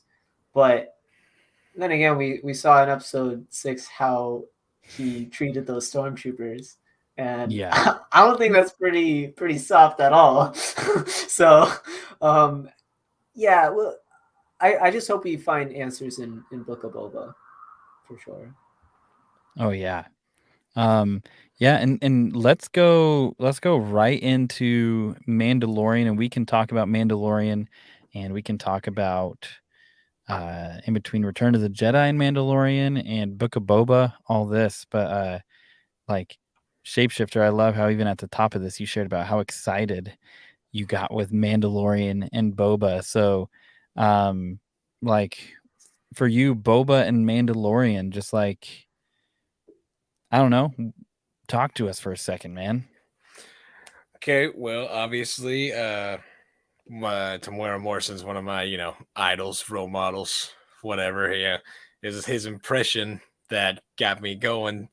So, seeing that first little Easter egg with Fennec Shand at the end of that episode, me and my dad spent like an entire night like digging into that. Like, is this him? Like, oh, it's the sound.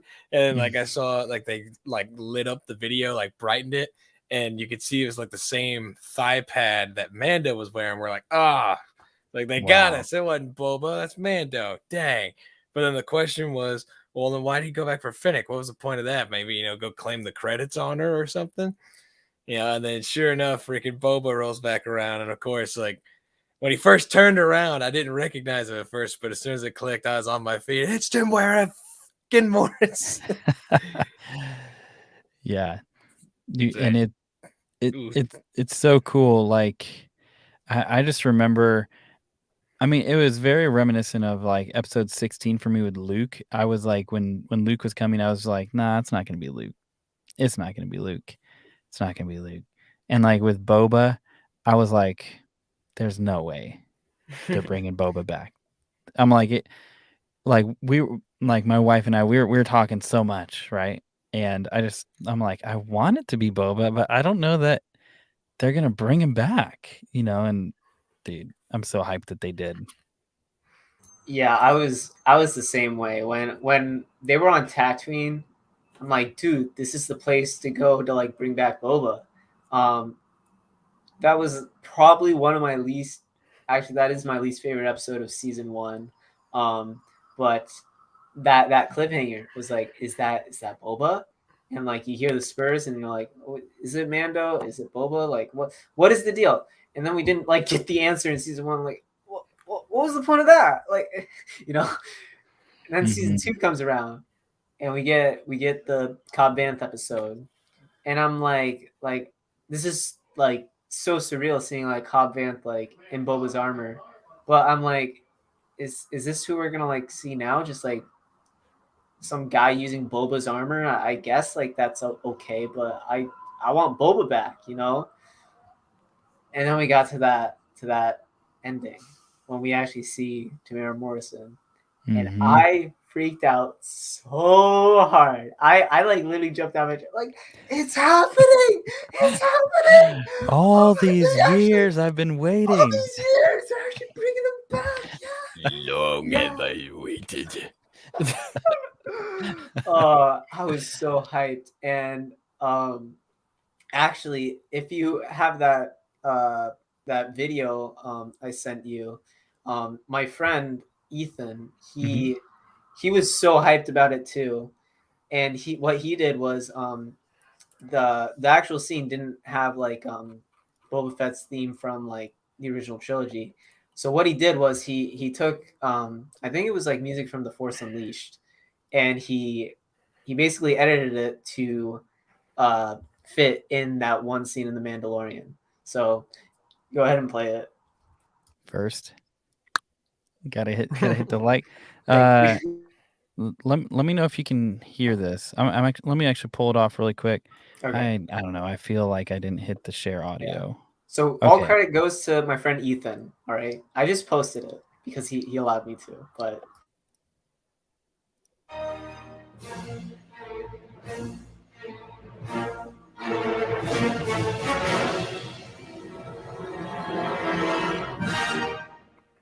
And about that time, I was on my feet jumping up and down. Yeah. So if you scroll down, you'll see this video got almost 350,000 views. That's crazy. It was crazy because like, okay, I'm like, yeah, I'm gonna upload this. I'll get probably a couple thousand because like that's what most of my other videos happen. And like a couple days, I'm like, oh, it's a couple thousand, super awesome. within like a couple days later, boom, 100, like 50,000, 100,000, 200,000, 300,000. I'm like, what is going on here? And like, just the YouTube algorithm, like when Boba Fett, everyone was just looking at Boba Fett, and the YouTube algorithm liked this because it was connected to the Mandalorian season 2. It was connected to Boba Fett. Everyone was looking this stuff up, and I guess it just like popped up in everyone's like feed or recommendations, and it got so many views. I got so many more subscribers out of that, and I think if you scroll down, even people like Heroes Fans Productions, right there, surely we'll be seeing him again. And I'm like, HFP literally commented on my video. Like, that's crazy. I watched his videos like years ago. And the fact that like someone like him actually saw it was crazy. But once again, I have to credit this all to my friend Ethan because he's the one who edited it. Like, I'm like, bro, I feel bad. I got so many views off of your video. It's like, no, dude, this is awesome. Like, just everything worked out as it should have. I'm like, yeah, well, thanks, man, for helping me do that. So it was just crazy. And for me, like, yeah, it was just the culmination. Like, okay, I'm super stoked that Boba came back to Mandalorian, but then he like benefits my entire channel. I'm like, dude, I can't love Boba enough for that. So, TMoney, if you want to do a stream with HFP, we should do it. Yo, dude, that'd be legit. That'd be sweet. But yeah, so obviously, I think X-Wing talked about it. I love Boba's new theme too, but I'm stoked for this. Yeah.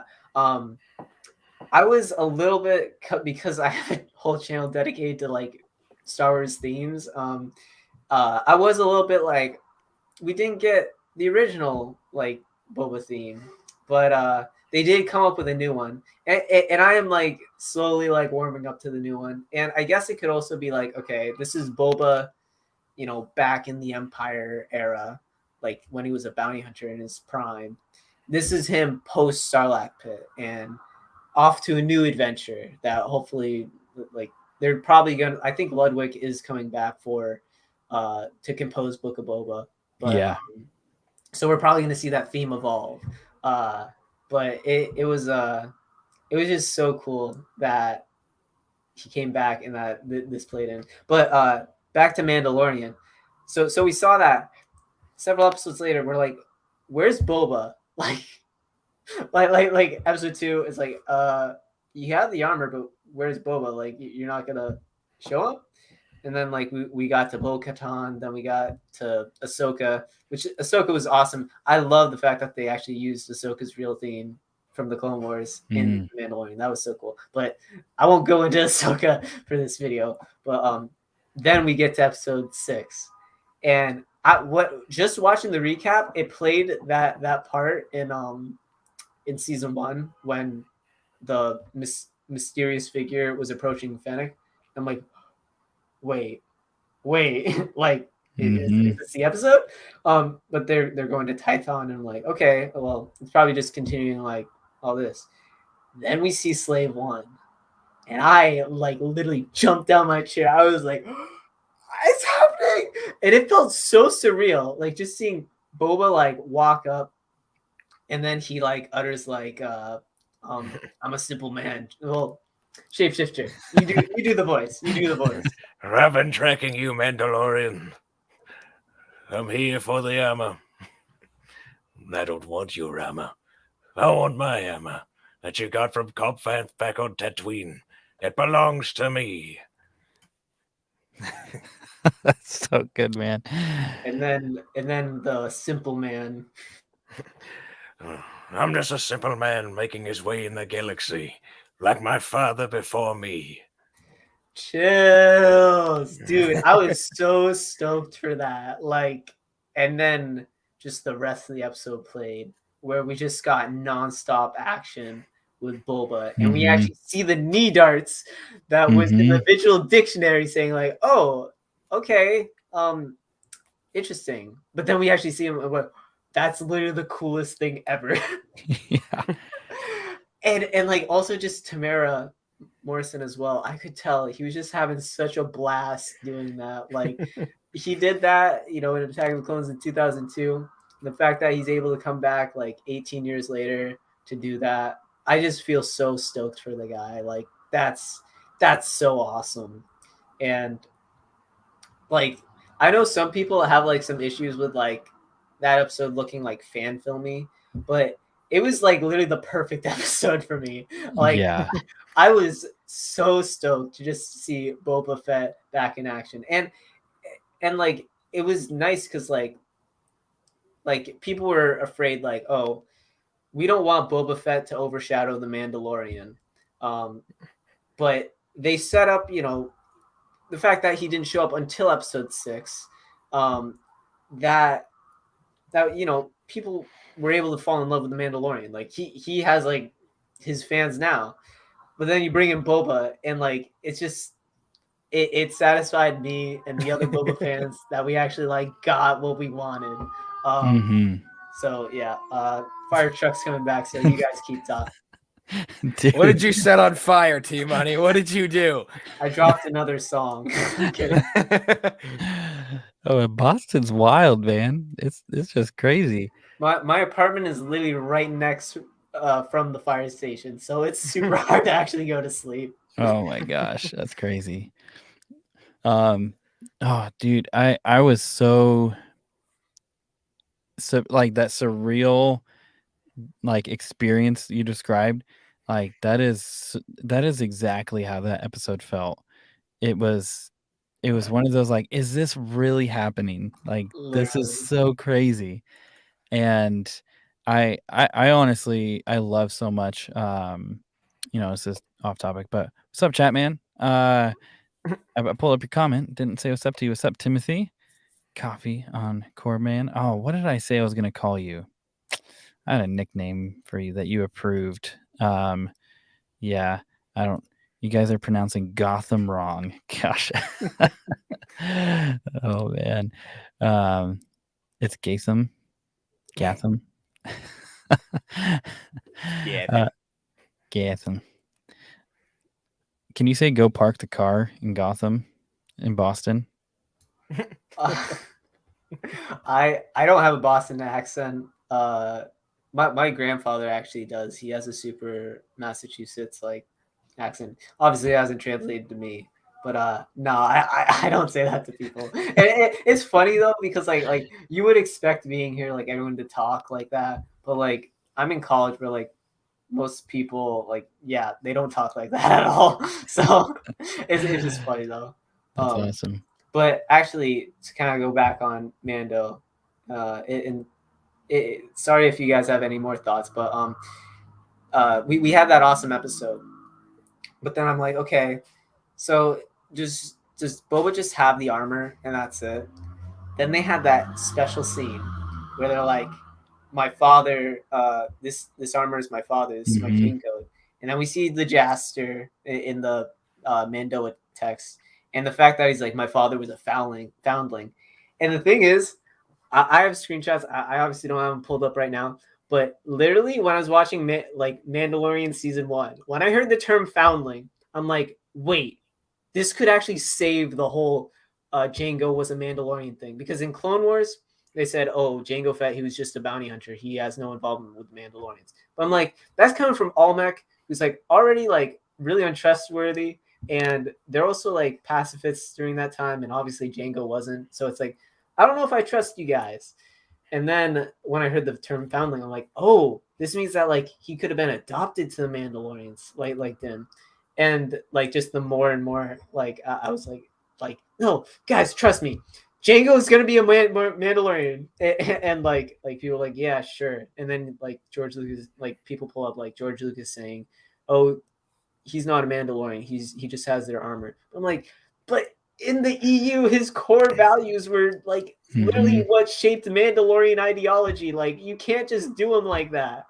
But when I saw that they actually basically made Jango like a true Mandalorian, I was like, I finally got what I wanted. I literally made this prediction like a year before, and it actually came true. How is this real? Like this has to be a dream. Like everything's happening as I wanted it to. That's so It funny. was just so surreal. And I see X-Wing saying right there, we Mm-hmm. need to see the Mandalorian Civil War 1,000%. I 100% agree. I really hope we'll get to see maybe some of that in Book of Boba, but I also know there's like a lot of other things people want to see. I know you want to see Mace Windu X-Wing. We'll see. But like just a dream of mine, which most likely won't happen, is to like see an animated version of the Mandalorian Civil Wars, basically adapting the open seasons comic of Django, and then you bring back Corey Burton as Dooku, and then you have Tamara Morrison, of course, voicing Django, and we get to see like his from like his family being murdered by Death Watch to him being adopted by Jaster Muriel. To I guess I won't go too much into spoilers, but what happens in the Civil War, Mandalorian Civil War. So that'd be so cool to see, like in some form of visual media. It's more likely to be in a comic, but I just want to see that on screen, like so bad. But yeah, I was very, very satisfied with Boba in season 2, and then obviously he was in the other 2 episodes of the seismic charge. That was so awesome. Yeah. And then we see him take out Bib, and just the fact that we're getting a Boba series is like something I dreamed of, but I didn't think we were gonna actually get. And now we're in September. We only got a few more months until we actually get it. And it's seriously like one of the most hype things. That and seeing Hayden back as Vader, those 2 things have like yep, we got Visions, which isn't my thing. I don't care. We're getting a Boba series, and we're getting Hayden Christensen as Vader. Like that's all I needed. So yeah.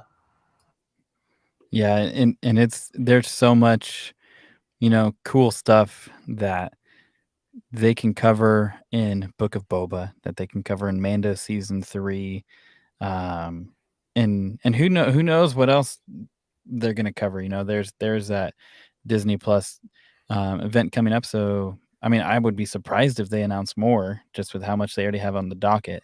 But we never know. But let's do this as we're approaching the 2-hour mark here. We have a I don't want to say a date, but we have a date with 80s movies and ribs in an hour. So I'm excited for that. But with that, we can wrap it up with this. And obviously, I feel like every Life and Lore, we end up doing this. Hey, look, Mando Mike, what's up, man? But I feel like every Life and Lore, it's really easy to begin to scratch the surface, and hopefully with these, if obviously you're here because you like Boba, but hopefully this has possibly opened you up to some things you didn't know about, because the reality is, I like today I was thinking about this. I'm like, I would love to just dedicate all my Star Wars energy to just Boba, to learn every single little detail about Boba Fett. But so many characters are like that, and so there's been a lot talked about, and hopefully if you're like, oh, I didn't know about that, I'll look more into that, or I'll go buy this comic series or look it up online or whatever. There's so much great stuff you can dig into. But with what we have coming up in December, Book of Boba, this will be hard to narrow it down to one, but I would want to hear from both of you. What is one thing in particular that you really want to see? Oh no. Uh-oh. No. You froze, man. You're blocking our communications. So You got to say that again. Oh, Star Wars I thing. froze. Yeah, you froze. Oh, jeez. Okay, am I good now? Yeah. Yeah. You're good. Oh, okay.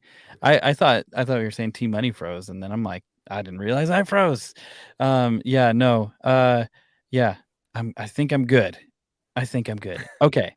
So what is one thing you guys are looking forward to with the book of Boba? Like, if you could narrow it down to like, man, if we get this one thing, I can die happy. Maybe not die, but it's like I'll be pumped. I think one thing that would kind of be interesting, Boba meeting Rex. Oh, That'd be so trippy. Yeah, that Dang. would. Tamara Morrison playing two guys, but one of them's double the age. Would they like meet with helmets on and take their helmets helmets off in sync? Like he was looking for Ahsoka, and Rex was right there next to her. Yeah. Oh, He's like, wow. I can't even say it. I was gonna try Tamara Morrison, but yeah, I'll just embarrass myself. What about you, T-Money? Yeah. It's interesting because like other than the fact like the end of season 2 of Mandalorian, we don't know much about this series at all. We know that Boba killed Bib Fortuna, back on the throne of Jabba's palace, probably willing to like band together all the old bounty hunters and crime underworld stuff. I'm not sure. I don't want to like set up like, oh, I want to see like all this because obviously they're probably not going to get into it because like they have their own story that they're planning out. But I just really want to see more of the stuff I loved from Boba, from the EU, and other material. See that like truly represented in live action. And there's like some other small stuff I want to see, like a lot of flashbacks, like seeing Jango, seeing possibly Boba in the Clone Wars, seeing Boba in the original trilogy. There's a lot, like, because we've heard like flashbacks are going to be a thing. Not sure, like obviously you don't want this to be a completely flashback show, but yeah, there's just so much. I just want this to basically almost like how I got the omnibus of Boba Fett and how that expanded like just my whole knowledge of the rest of Star Wars. I want that to happen for the casual audience to be like, Yeah. wow, this is Boba Fett. This is what everyone was hyped about. And we got a little appetizer for Mandalorian season 2. But this is gonna be the whole meal for Boba. Like, and I hope they do him justice. It would be, I won't go too much into it, but I think it would be pretty interesting if we see Mace Windu come back and have that whole arc kind of be resolved. Not sure if they're gonna do that, but we'll see. And if we're gonna see, Cad Bane was in Bad Batch, like if we're gonna see him in live action, that'd be super, super cool. But another thing that I just would love to see is just the old crew, the old ESP bounty hunters. Like, give me Dengar. Like, maybe Boba can still be his best man. Give me Bosk, because Bosk was there when in the Clone Wars. Like he was. I don't want to say he was like another father, but he was definitely like someone there who was influencing back then. And then, I don't know if IG-88's still around, but like just Zuckus, Forlom, like all these bounty hunters that we loved, the action figures of, see them actually in live action and not just stand around in the background. Like, it'd be really cool to see. So yeah, those are just some things I'd love to see again with the Boba. Yeah, and I don't know, for me, and I don't know how, I obviously have a bias and a bent, so I don't know what the like you mentioned, like the casual fan, how they feel, or people who have just like they know of Star Wars, but maybe they watched Mandalorian and Bad Batch, and like I have friends like that where they've watched all the movies, and they would watch the original movies and stuff, and they watched Mando when it came out and got really excited, and through that I was able to tell them, hey, watch Clone Wars, watch Rebels, and they watched Bad Batch when it came out and all this. So I'm curious how people are feeling generally about Book of Boba, because I feel like there's a lot of people really hyped for it, and I feel like there's a big divide. Then there's people who don't know much, so it would be really cool to introduce people to Boba. Yeah, it'd be awesome. Oh, the man at the very end, Charlie, man, I have to watch this whole thing later, but hello there all. Hello, Charlie. Good to have you, man. If somehow Charlie would be able to get Tamara Morrison to do something for Shapeshifter, that'd be legendary. Although I know Charlie has connections, but I could die happy that much. Yeah, that'd be awesome. But obviously, you know what you should do, Shapeshifter. Not that I have any control or say over what you do, but I saw there's this band on Instagram where the guy can sing exactly like Jack Black. And he did this thing where it's like every day he posted a video of his band singing a Tenacious D song, and he was singing like Jack Black. And the whole point is like, I'm going to do it until Jack Black notices, and everybody was tagging him. And then Jack Black recorded like a reaction video, and like they talked and stuff. So you never know. Dude, that would be you never know. Legendary. If two bucket list meets. Two bucket list meets for me would be Tamara Morrison, top of the list, and D. Bradley Baker. Yeah, yeah, that'd be awesome. Them seeing your work, bro, because you are immensely talented. Like, I've known you since 2018, and you still surprise me with how much talent you have. Oh, stop! You're gonna make me blush. Stop. I'm gonna put this in the chat now as we're winding this down. That's the link to Shapeshifter's channel. If you're not already, I don't know why, to be honest, but there is a link so you can make sure to subscribe. If you are not subscribed to TMoney, here is his Battlefront themes link right there. You can also get the TMoney Startwell link as well right from that. It's a linked channel on that.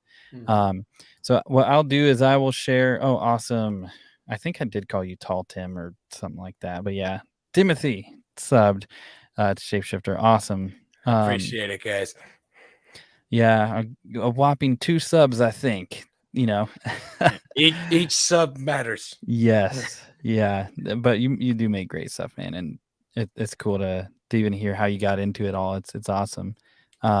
So for me, I think final thoughts. What I would love to see on thank you, Goggles, again. Just sub to another one. There you go. Yeah, it's awesome. What's up, Jacob? We're just about to end, so make sure you go back and rewatch. There's so much good stuff about Boba here. I would love in Book of Boba to see I don't necessarily want a whole episode on it, but I would love a really intense, maybe like 10, 15-minute flashback about post Return of the Jedi. Like, I would love Ludwig, whatever his last name is. I can't pronounce it right, but I would love for him to just go ham and do like the crazy sounds that he does, and like really flesh out Boba's theme, like first episode, and just go crazy and just show us Sarlacc pit, show us his armor getting robbed, show us like rehabilitation, training, like life on Tatooine, Gaffy Stick, all of this, right? Kind of just like, and I don't know how they would tie it in, like a nightmare or haunted memory or something like that. But I would love to see something that intense right off the bat. And then I'll probably honestly be happy with almost any direction that they take after that. Yeah, definitely. Like, I feel that is such a big thing that people have wondered, like, did he survive the Sarlacc pit? that is something we need to see in live action. Let me You mute know, real just quick. Okay. just give us like it'd be so awesome if like just the first episode starts off, boom, Mhm. you see his hand like rise out, and he's like, "I'm back, baby." You know, it's Mhm. that's something I would love to see. It's just like you said, hey, don't rush it either. Like spend time on it. Show where he was. Like show physically what happened to him. Show mentally what happened to him.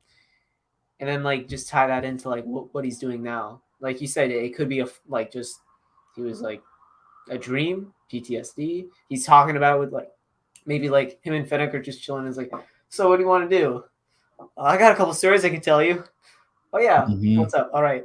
So this is how I got out of the Sarlacc pit. Yeah. and then just shows it.